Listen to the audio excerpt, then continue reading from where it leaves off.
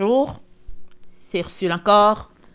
On est le 30 décembre 2021. Alors, je viens sonner la trompette ce matin encore et je viens proclamer le retour de notre Seigneur Jésus-Christ. Soyez bénis et soyons tous remplis de sa joie et soyons persévérants. Amen. On est vraiment dans des moments très importants de la vie. Amen. On est dans ce temps-là prédit par le prophète Daniel. Et on est vraiment dans des temps où on est en train de se dépouiller. Amen. On s'accroche, on cherche la vérité, on s'y accroche. Et on est dans ces temps d'attente aussi, parce que nous savons tous que le Seigneur Jésus-Christ arrive bientôt. On ne sait pas quand, parce qu'il vient comme un voleur.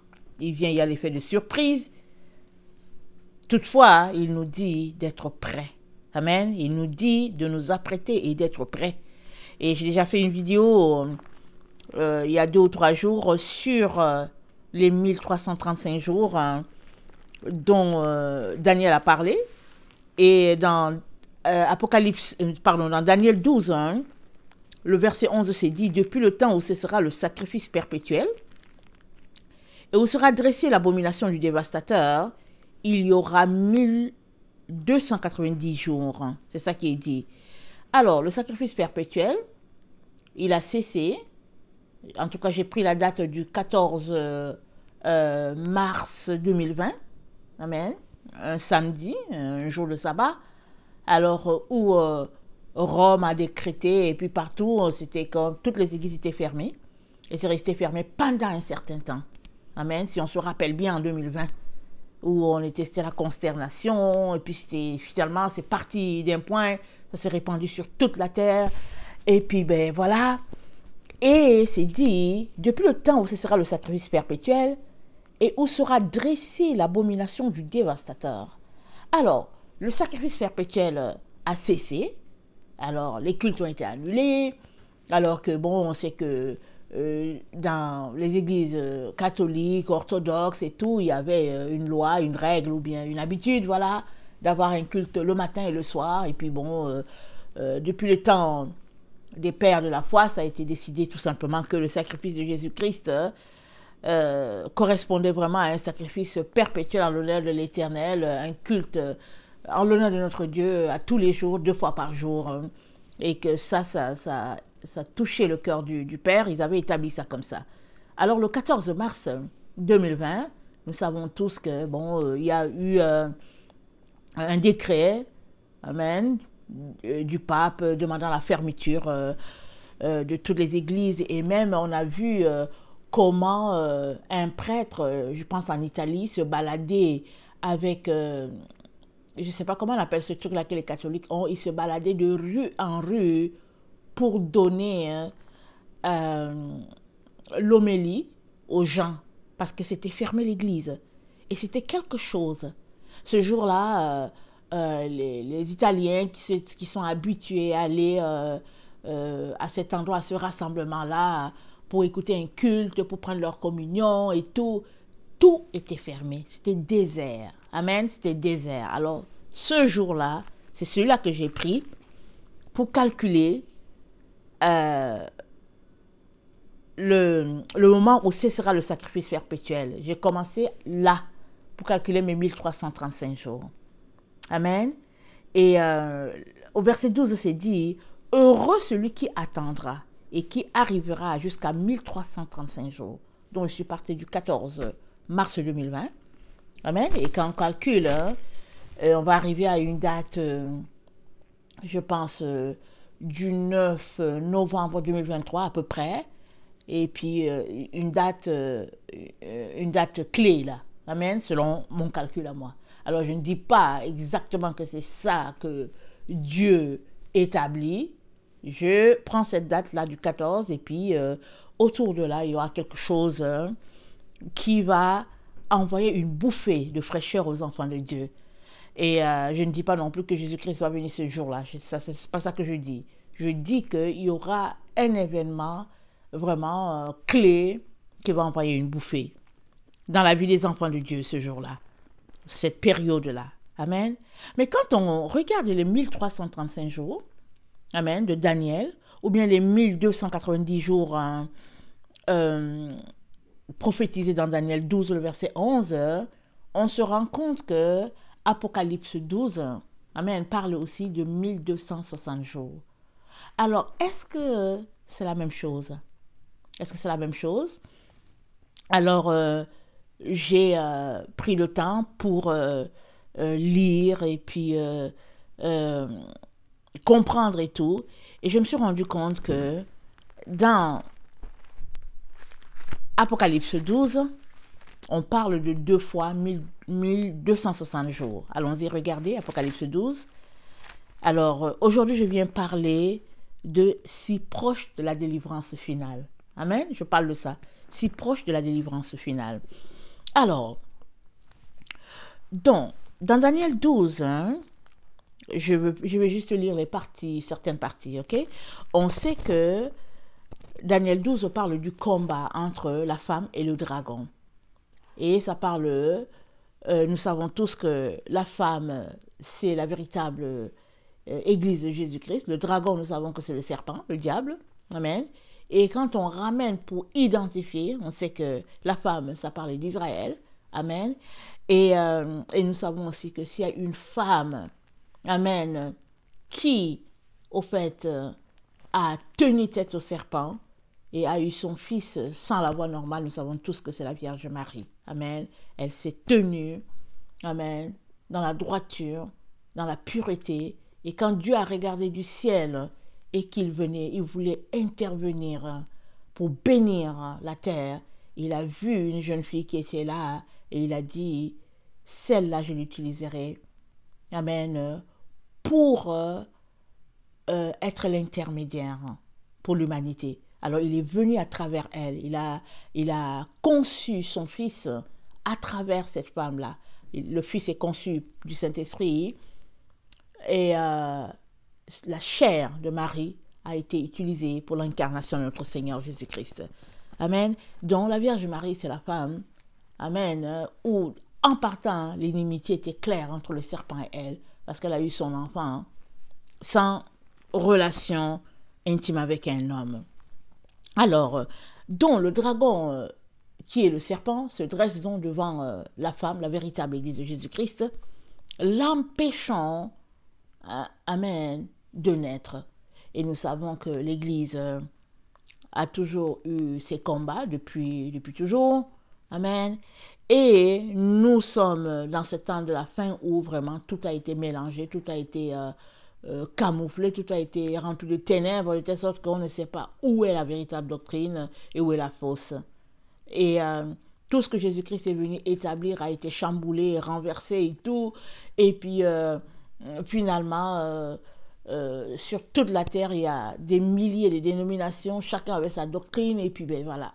Mais la réalité est que toi et moi devons avoir la vérité, la véritable doctrine, hein, et cette véritable doctrine-là, elle se trouve dans ta relation avec l'Esprit de Dieu. Alors, si tu lis la Bible, si tu cherches Dieu, l'Esprit de Dieu va te révéler où est le chemin et tu marcheras sur les pas des pères de la foi. Amen. Tu marcheras sur les pas de ceux-là qui nous ont transmis la vérité. Alors, dans Apocalypse 12, le verset 5, c'est dit, elle enfanta un fils qui doit paître toutes les nations avec une verge de fer. Et son enfant fut enlevé vers Dieu et vers son trône. Et la femme s'enfuit dans le désert, où elle avait un lieu préparé par Dieu, afin qu'elle y fût nourrie 1260 jours. Donc voilà le 1260 jours. Donc quand on prend le 1260 jours qui est déjà là, c'est déjà inférieur à 1290. Amen. Donc, il y a déjà un premier 1260 jours. Et disons que ça fait à peu près comme 42 mois, disons-le. Et puis, ou bien à peu près 3 ans et demi. Et je ne sais pas si ça atteint 3 ans et demi ou bien ça fait 3 ans, peut-être 5 mois, quelque chose de ce genre. C'est à peu près là, comme ça. Excusez-moi. Alors, voilà le premier 1260 jours. Et le deuxième, ça se trouve... ok, le premier, ça se trouve dans Apocalypse 12, le verset 6. Le deuxième se trouve dans Apocalypse 14. Alors, je lis à 13. Quand le dragon vit qu'il avait été précipité sur la terre, il poursuivit la femme qui avait enfanté l'enfant mâle. Et les deux ailes du grand dragon furent données à la femme, afin qu'elle s'envolât au désert, vers son lieu, où elle est nourrie un temps, des temps, et la moitié d'un temps, loin de la face du serpent. Et de sa bouche, le serpent lança de l'eau, comme un fleuve derrière la femme, afin de l'entraîner par le fleuve. Donc voilà un deuxième 1260 jours. Alors quand on met les deux ensemble, ça fait à peu près comme, disons, quelque chose comme 7 ans, si on met les deux ensemble. Et donc quand on regarde ça, on peut se demander où se situent les 1335 jours de Daniel. Amen. Il se situe où? Et c'est sûr que avec les calculs et tout, on peut tomber sur quelque chose d'approximatif et tout. Mais une chose est sûre, le Seigneur m'a donné de réaliser que le deuxième, le premier 1260 jours, lui, il est écoulé. Amen. Et on est dans le deuxième 1260 jours, celui qui est dans Apocalypse 12, le verset 14. C'est dit, et les deux ailes du grand aigle furent données à la femme, afin qu'elle s'envolât au désert vers son lieu, où elle est nourrie un temps, des temps et la moitié d'un temps, loin de la face du serpent. Et le verset 16 nous dit, et le verset 17 il nous dit, et le dragon fut irrité contre la femme, et il s'en alla faire la guerre au reste de sa postérité, et à ceux qui gardent les commandements de Dieu, et qui ont le témoin de Jésus. Donc je voulais m'arrêter ici, sur cette partie-là, parce qu'on voit l'intensité du combat. Amen.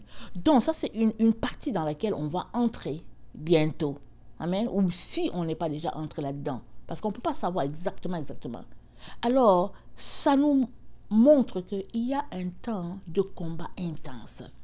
Non seulement le serpent il est irrité contre la femme, contre Israël, l'épouse, la véritable épouse de Christ, amen, mais aussi, étant irrité contre la femme, il est aussi irrité contre les enfants de la femme, contre la progéniture, la descendance de la femme, et il a décidé de les poursuivre, de leur faire la guerre, comme on dit.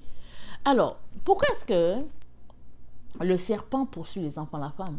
Quelle est la raison pour laquelle il les poursuit? Cette situation intense-là, pourquoi est-ce qu'il va les poursuivre? Évidemment, c'est pour leur faire perdre leur foi. Amen. Parce que la persécution, elle a deux issues. Soit on est persécuté, puis on accepte la persécution et il sort de là, de l'or pur. Soit on est persécuté et puis on dit on n'est plus capable et puis on se retrouve tout simplement à servir le serpent. Alors, quand on regarde la vie de l'Église et puis vraiment ces derniers temps dans lesquels nous sommes, la persécution, amen, ne va pas toucher une catégorie des chrétiens. La persécution, on le lit bien, c'est contre les enfants de la femme. Ce n'est pas pour ceux qui se disent chrétiens. Déjà, la preuve est que pour acheter la paix, il y a plusieurs qui sont déjà tranquilles dans leur coin. Il n'y a plus de combat pour eux, il n'y a plus match. Ils ont déjà décidé que ils vont tout simplement s'aligner tranquilles dans la direction qui leur est proposée. Quand c'est comme ça, on ne parle pas de combat. Le combat, c'est quand il y a une opposition. Il y a deux forces qui s'opposent. Et quand deux forces s'opposent, alors on parle de combat. Amen. Et les forces s'opposent de telle sorte qu'à un moment donné, la résistance, amen, fait qu'il y a victoire. Et quand on lit la parole de notre Dieu, amen, il est mentionné ici, je vais lire dans Apocalypse 14, je vais mentionner juste une partie. C'est dit, dans Apocalypse 14, c'est dit, attendez. C'est ici la persévérance des saints, Apocalypse 14, le verset 12. C'est ici la persévérance des saints qui gardent les commandements de Dieu et la foi de Jésus. Et j'entendais du ciel une voix qui disait, écrit, heureux dès à présent les morts qui meurent dans le Seigneur. Oui, dit l'Esprit, afin qu'ils se reposent de leurs travaux, car leurs œuvres les suivent. Heureux dès à présent les morts qui meurent dans le Seigneur. Alors, au verset 12, c'est dit, c'est ici la persévérance des saints, qui gardent les commandements de Dieu et la foi de Jésus. On est dans les temps où, s'il y a une chose que nous devons faire, c'est persévérer, c'est résister, c'est opposer une force qui fait que, au fait, il n'y a pas moyen. Il n'y a pas moyen d'être assimilé. C'est cela, persévérer. Et on persévère par rapport à quoi? On persévère par rapport au commandement de Dieu. C'est-à-dire, l'enjeu ici, c'est est-ce qu'on garde les commandements de Dieu ou bien est-ce qu'on ne les garde pas? Est-ce qu'on garde la foi de Jésus ou bien est-ce qu'on ne garde pas la foi de Jésus? Alors, si on décide qu'on va marcher selon les commandements de Dieu et puis garder la foi de Jésus, alors on est en train de dire il y a opposition, il y a résistance. Et le Seigneur s'attend à ce que, dans le temps où nous sommes, le Seigneur s'attend à ce qu'on oppose une grande résistance. Pourquoi? Parce qu'il y a un combat intense qui arrive contre les enfants de Dieu. Parce qu'on vient de le lire. On vient de lire dans Apocalypse 12 que le dragon fut irrité, Apocalypse 12, le verset 17, le dragon fut irrité contre la femme. Il est irrité contre la femme. Pourquoi? Parce que la femme l'a opposé jusqu'à la femme a quand même fait naître son enfant. Amen. L'enfant est quand même né. Alors, la persécution vient après que l'enfant soit né. Amen. Et regardons donc la délivrance dont Apocalypse 12 parle ici. Amen. Et je prie que nous fassions partie de cet enfant-là. Amen. Je prie. Pourquoi? Parce que si on ne veut pas naître, on ne naîtra pas. Amen. Il y a des conditions pour qu'on fasse partie de cet enfant-là. Alors, on va regarder. On va regarder. On a déjà, je pense que j'ai fait une vidéo il y a 2 ou 3 jours parlant de la persécution qu'on va subir, encore plus intense. Déjà que c'est pas évident. Il y a déjà des endroits qui sont juste réservés à certains types de personnes. Et puis bon, c'est ça. Ceux qui sont portés vers le plaisir trouvent ça déjà difficile. Mais ceux qui sont portés à rechercher leur Dieu, sont concentrés à prier et puis chercher la face du Seigneur.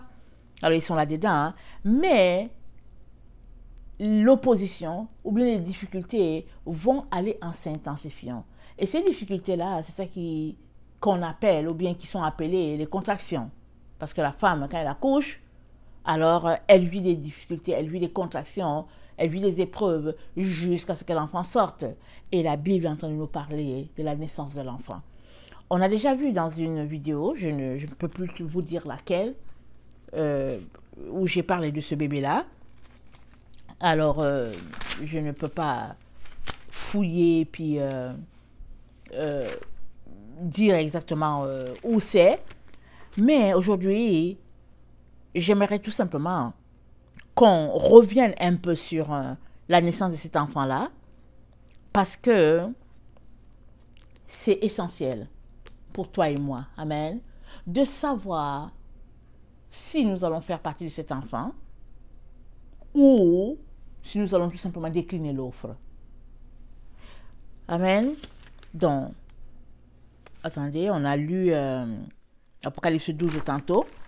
Et j'aimerais qu'on regarde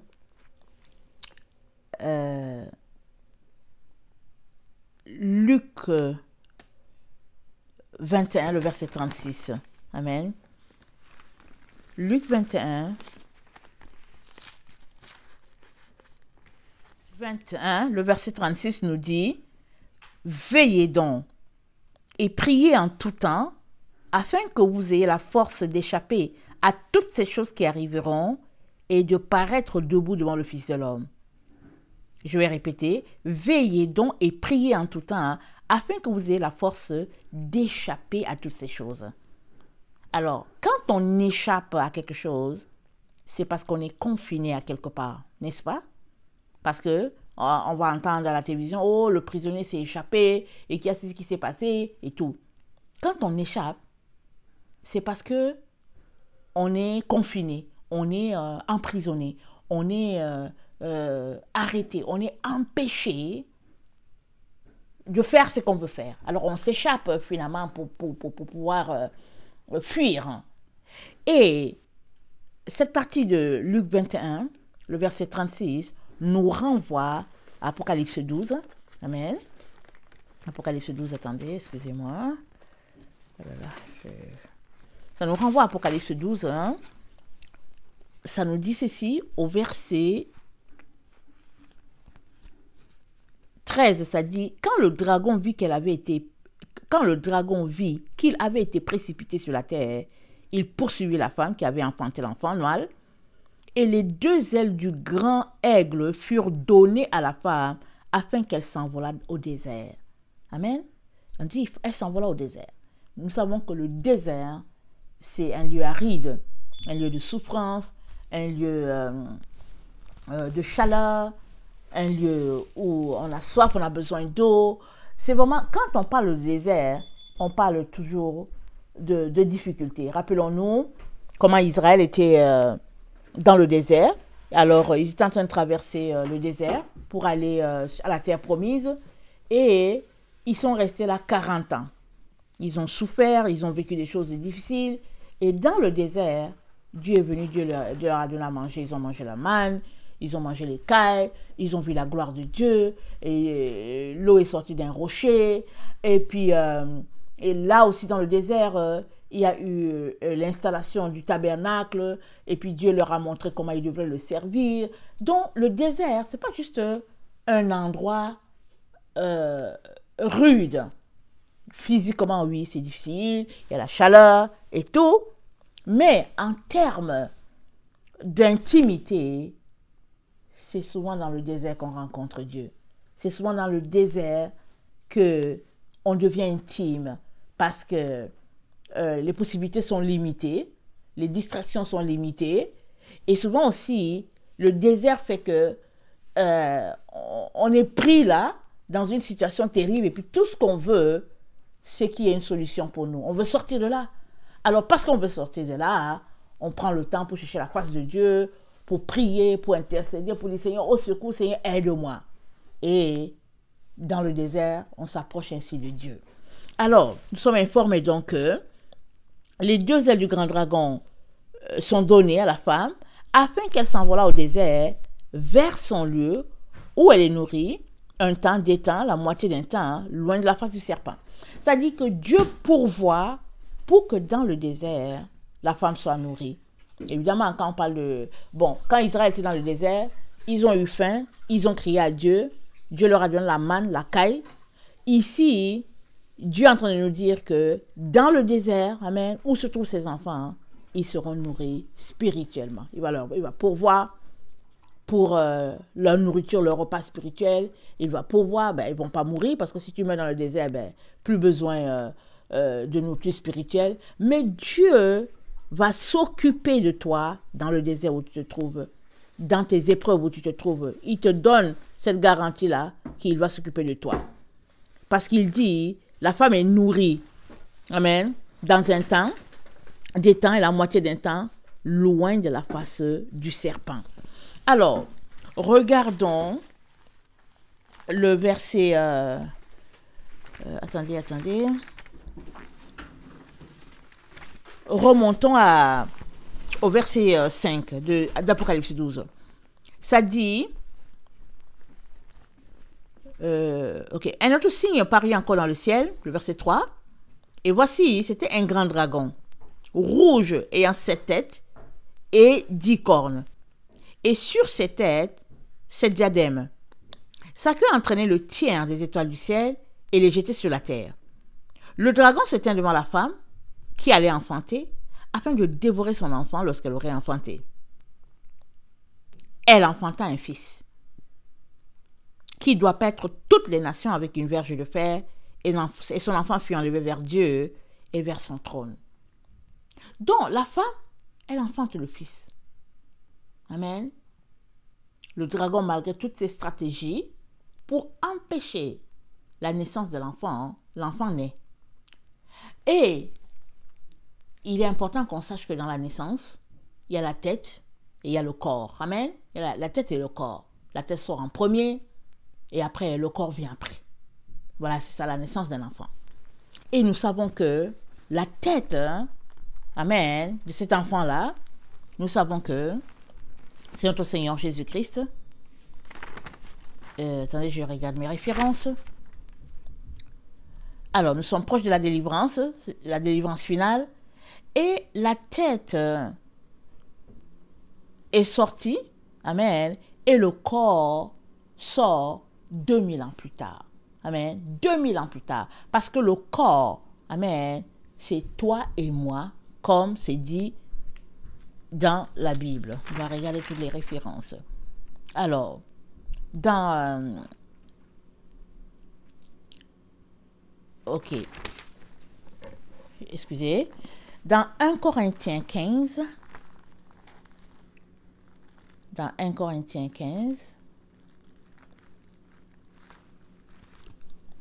nous voyons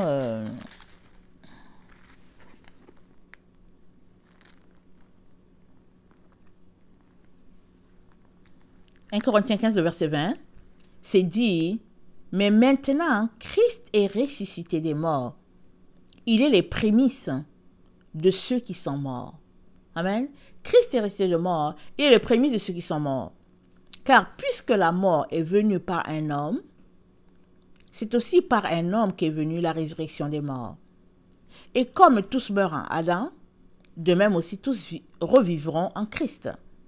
Mais chacun en son rang. Christ comme prémisse, puis ceux qui appartiennent à Christ lors de son avènement. Ensuite viendra la fin. Donc, Christ, il est les prémices. Amen. Il est prémisse, pourquoi? Parce qu'il est la tête. Amen. La tête sort en premier. Alors, Christ est prémisse. Il est, on dit, Christ est ressuscité des morts. Il est les prémices de ceux qui sont morts. Amen. Ceux qui sont morts en Christ, comme les apôtres et tout. Mais ceux qui sont aussi morts en Christ, comme toi et moi qui sommes encore vivants, mais nous avons choisi de mourir afin que Christ puisse vivre en nous. Donc Christ, il est la tête et nous formons ce corps-là. Amen. Et nous sommes dans ce temps-là où ce sera la délivrance totale. Amen. Parce que nous sommes informés par Jean, c'est une vision. Nous sommes informés que malgré tout ce que le dragon a fait, le diable a fait depuis le jardin d'Éden, pour empêcher que l'enfant naisse, malgré toutes les stratégies, l'enfant est né. Et ici, la Bible vient distinguer les deux parties de l'enfant, la tête et puis le corps. Et là, je suis en train de parler du corps, parce que toi et moi, nous formons le corps de ce bébé-là, qui va diriger le monde avec une main de fer, la main de cet enfant-là. Donc, dans attendez, Jean 10, le verset 16, nous sommes informés par notre Seigneur de ceci. Jean 10, verset 16, ça dit, « J'ai encore d'autres brebis qui ne sont pas de cette bergerie. Celles-là, il faut que je les amène, elles entendront ma voix et il y aura un seul troupeau et un seul berger. » Amen. Avant cela, Jésus a dit quoi? Il dit, en vérité, je vous le dis, je suis la porte des brebis. Ça, c'est Jean 10, le verset 7. Tous ceux qui sont venus avant moi sont des voleurs et des brigands. Mais les brebis ne les ont pas écoutés. Je suis la porte. Si quelqu'un entre par moi, il sera sauvé, il entrera, il sortira, il trouvera des pâturages. Donc Jésus-Christ est la porte. La personne qui vient par lui, il va entrer, il va sortir et tout. Donc voilà. Parce que le berger, c'est ça. Il est la porte de la bergerie.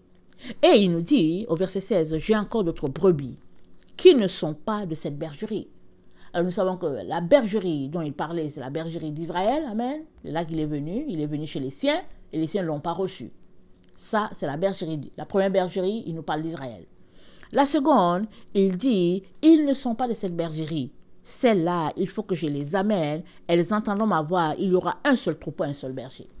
Donc, depuis que Jésus-Christ est venu et qu'il est retourné à Dieu, amen, il a laissé aux disciples la mission, amen, d'aller chercher les autres brebis. Ceux-là qui sont de l'autre bergerie. Et nous savons par exemple que l'apôtre Paul a été vraiment saisi par notre Seigneur pour aller chercher les païens. Et depuis ce temps-là, le 1er siècle, il n'y a pas eu de résurrection de mort. Il n'y a pas eu de... En tout cas, Dieu est toujours en train d'assembler. Depuis ce temps-là, il est toujours en train de rassembler ses brebis dans la bergerie. Toujours. Il rassemble, il rassemble. Et il nous dit que nous sommes à un point culminant parce que bientôt, on verra aussi le corps du bébé. Parce qu'on a tous vu la tête et on a vu tout ce qui s'est passé. Et on est vraiment émerveillé de la tête qui nous dirige, si du moins on laisse Jésus-Christ gérer notre vie. Et Dieu est en train de nous dire, le corps aussi va sortir. Amen. Le corps aussi va sortir. Et on regarde dans Michée 4.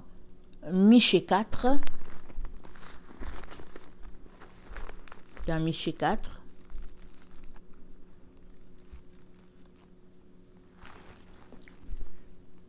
Le verset 6, c'est dit,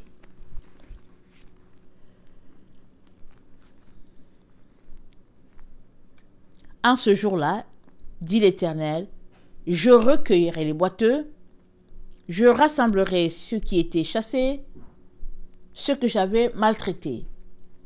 Des boiteux, je ferai un reste. De ceux qui étaient chassés, une nation puissante. Et l'Éternel régnera sur eux à la montagne de Sion, dès lors et pour toujours. Alors, ceux qui étaient chassés, nous savons tous qu'Israël a été chassé leur demeure, ils sont retrouvés chez le roi Nebuchadnezzar, d'autres ont fui pour aller en direction de l'Égypte, et finalement ils se sont répandus sur toute la terre, et puis ben voilà, Dieu dit qu'il va rassembler tout cela, boiteux et tout et tout. Pourquoi Dieu mentionne le fait de boiteux? Parce qu'avant, une brebis qu'on apporte à l'Éternel, il ne faut pas qu'elle soit boiteuse, il faut qu'elle soit parfaite. Mais Dieu dit, tout ça, je laisse tomber. Je vais rassembler tout le monde. Tous ceux qui veulent de moi, je vais les rassembler. Et tous ceux qui veulent de notre Dieu sont ceux-là qui ont donné leur vie à Jésus-Christ et qui ont décidé de marcher selon Jésus-Christ, selon les commandements de notre Dieu et ayant la foi en Jésus-Christ. C'est ceux-là qu'il rassemble. Ce n'est pas ceux qui disent, je suis chrétien, j'aime Jésus, mais ils vont leur chemin, menant la vie qu'ils veulent. Ce n'est pas eux. Jésus-Christ, amen, va rassembler, amen, tous ces brebis, tous, des quatre coins de la terre. Il est en train de les rassembler là où nous sommes là. Amen. Ça a commencé depuis le 1er siècle et il est toujours en train de les rassembler. Mais vient un temps où le rassemblement va s'arrêter. N'est-ce pas? C'est de ça qu'il est en train de nous parler. Alors, le verset 8. Et toi, tour du troupeau, colline de la fille de Sion, à toi arrivera l'ancienne domination, le royaume de la fille de Jérusalem. Pourquoi maintenant pousses-tu des cris? N'as-tu point de roi ou bien plus de conseiller? Pour que la douleur te saisisse comme une femme qui accouche? Fille de Sion, souffre et gémis comme une femme qui accouche. Car maintenant tu sortiras de la ville, tu habiteras dans les champs, et tu iras jusqu'à Babylone, et là tu seras délivré. C'est là que l'Éternel te rachètera de la main de tes ennemis. Maintenant, plusieurs nations se sont rassemblées contre toi, qu'elles soient profanées, disait-elle, et que nos yeux se rassasient dans Sion, mais elles ne connaissent pas les pensées de l'Éternel, elles ne comprennent pas ses desseins, elles ignorent qu'il les a rassemblées comme les gerbes dans l'air. Donc, nous savons tous quand on parle de toutes les nations sont rassemblées, nous savons tous que, au fait, il y a juste un seul pays maintenant. Ils sont tous rassemblés, allant contre le plan de Dieu. Et le plan de Dieu, c'est Sion. Ce n'est pas Babylone. Ce n'est pas Édom. C'est Sion. Et il y a juste deux types de personnes sur la terre. Ceux qui suivent la voie de Sion, c'est-à-dire ce que Dieu a dit, et ceux qui suivent la voie du dragon. Il y a juste deux. Alors, Dieu nous informe ici, il dit qu'il va rassembler Sion à partir de Babylone. Et nous savons que Babylone, c'est l'Occident, Babylone, c'est le nouvel ordre mondial, Babylone, c'est les États-Unis. Nous savons que Babylone, c'est tout ce système-là mis en place depuis longtemps qui roule le monde. Amen. Et Dieu nous informe qu'il va rassembler ses enfants de Babylone. Il va les rassembler. Et écoutez, si toi et moi sommes capables de parler français ou bien anglais et puis d'aller sur Internet et tout, c'est parce qu'on a été à l'école de Babylone. C'est parce qu'on a marché sur la culture de Babylone. C'est parce que c'est comme ça qu'on a fonctionné. Et on est là où on est. Et le Seigneur nous dit, il va rassembler ses véritables enfants et il les rassemble de Babylone. Et pour former un seul troupeau, un seul corps, un seul berger, c'est lui notre berger. Et il fait tout cela afin que amen, la parole de Dieu qui est sortie puisse s'accomplir. Parce que c'est ça qu'il a décrété. Quand Dieu dit quelque chose, la chose arrive. Et quand la chose est déjà sortie de la bouche du Père, elle va finir par se réaliser tôt ou tard. Et Dieu nous informe que nous sommes dans ce temps-là où la délivrance finale va se passer de manière spectaculaire. Il informe l'humanité, il informe les pays riches, en tout cas tous ceux-là qui ont une certaine hégémonie, il informe, il dit, ça va se passer. Je suis en train de rassembler mes enfants et je rassemble et la nouvelle bergerie, ils vont s'associer à l'ancienne bergerie et il y aura un seul troupeau, un seul peuple, un seul Dieu. Alors Dieu nous informe de cela. Ça, c'est une bonne information, n'est-ce pas? Mais il y a quelque chose qu'on doit savoir, c'est qu'il dit, il nous dit, dans dans Ézéchiel 37 aussi, excusez-moi, Ézéchiel 37,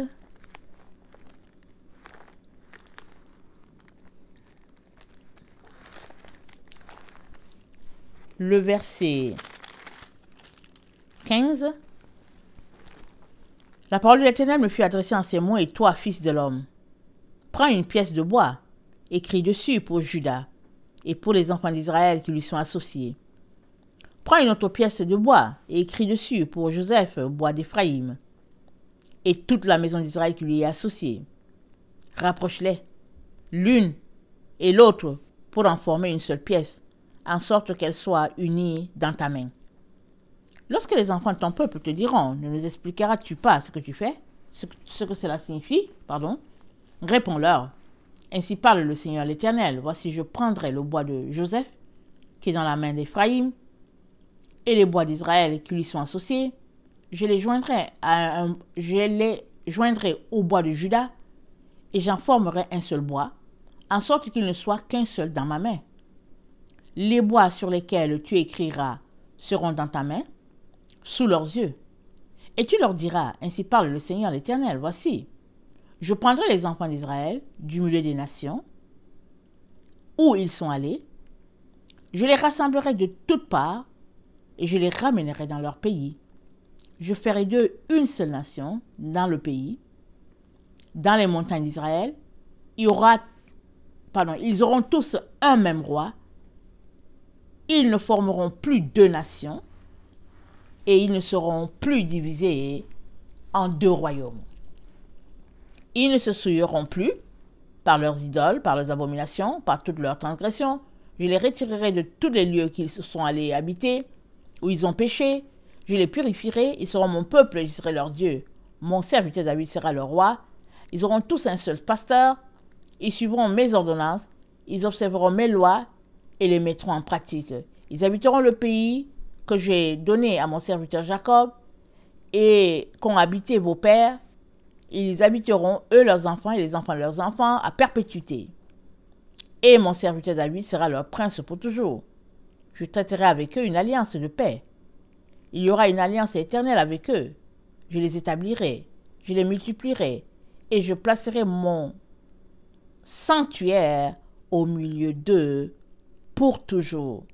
Ma demeure sera parmi eux, je serai leur Dieu, ils seront mon peuple. Amen. Donc quand on regarde, quand on lit, on voit toujours que tout se recoupe.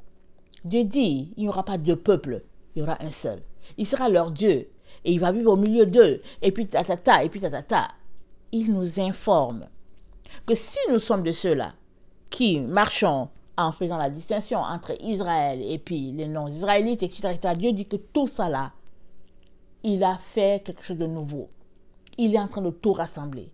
De telle sorte que même les bergeries, là, il n'y aura pas, on ne va pas dire, oh, ça c'est Israël, ça c'est ceci. Non, non, non. Et il les rassemble tous sur le bois de Juda. Il rassemble tout.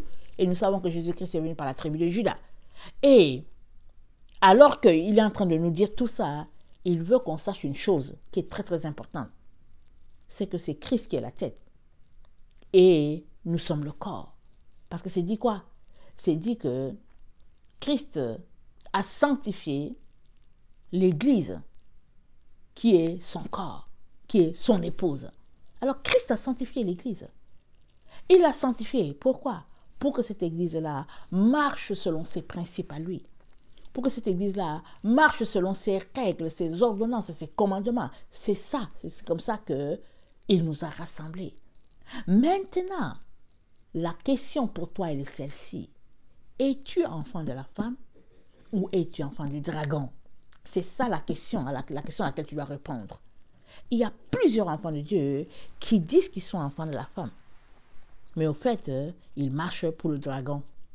Nous savons que le dragon, c'est le serpent ancien. Nous savons que le dragon, il a ses lois, ses mœurs. Il a sa manière de voir les choses.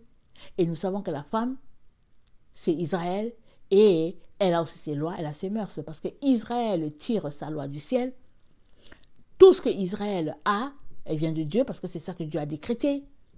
Et tout ce que le serpent dit, ça vient de son propre fond. Et dans le serpent, dans le dragon, on a rassemblé Édom, Ésaü, on a Ismaël, on a on a Ismaël, on a tous les opposants là, tous ceux-là qui ne veulent pas marcher selon ce que Dieu a établi, ils sont dans ce que le dragon regroupe. Alors, si tu dis que tu es de la femme, amen, alors il est important que tu marches selon les principes établis par Dieu à propos de sa femme, son épouse, son église. Mais si tu refuses de marcher selon la règle de la persévérance, la règle du renoncement, la règle du dépouillement, si tu refuses de marcher, quand même tu dirais que tu es la femme, ça ne change rien. Tu ne l'es pas. Tu es plutôt du dragon. Quand même tu refuses d'être du dragon, tes actions, ce sont tes actions qui montreront si tu es du dragon ou bien si tu es de la femme. Alors, nous sommes dans ce moment-là critique où on est en train de se battre, amen, se dépouiller, on est en train de se purifier, comme on dit. Et souvent, dans notre œuvre de purification, il arrive qu'on soit nez à nez, qu'on bute à quelque chose. Amen. Il arrive souvent. On lit un texte et puis on bute. On reste là, on se dit, mais non, c'est pas ça que Dieu voulait dire. Mais vraiment, c'est pas ça, etc. Et on reste là. Et on ne va pas bouger de nos principes. Mais la question, c'est, est-ce que tes principes-là, c'est des principes divins? Est-ce que c'est Dieu qui les a établis? Ou bien, est-ce que c'est ce que tu penses que ça devait être? Parce que tu es soit l'enfant de la femme, tu es soit l'enfant du dragon. Tu ne peux pas être les deux. Et tu ne peux pas non plus prétendre être l'enfant de la femme et camoufler. Tu ne peux pas. Ça ne se camoufle pas.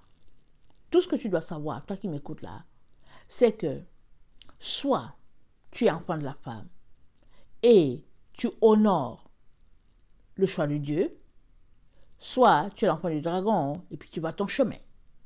Mais on ne peut pas avoir les deux, on peut pas mélanger les deux. Et le Seigneur donc nous informe qu'il est en train de nous rassembler, mais il nous rassemble dans le sein de Marie. C'est là qu'il nous rassemble. Regardez, allons-y lire Apocalypse 12, verset 14. J'ai longtemps lu ce passage, longtemps posé des questions. Alors c'est dit, quand le dragon vit qu'il avait été précipité sur la terre, il poursuivit la femme qui avait enfanté l'enfant mâle. Et les deux ailes du grand aigle furent données à la femme, afin qu'elle s'envolât au désert, vers son lieu, où elle est nourrie, un temps, des temps et la moitié d'un temps, loin de la face du serpent. Amen.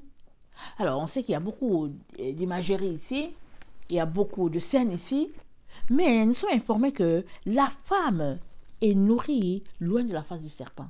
Entre vous et moi, quand on prend l'histoire de l'humanité, tout est entaché du serpent. Tout.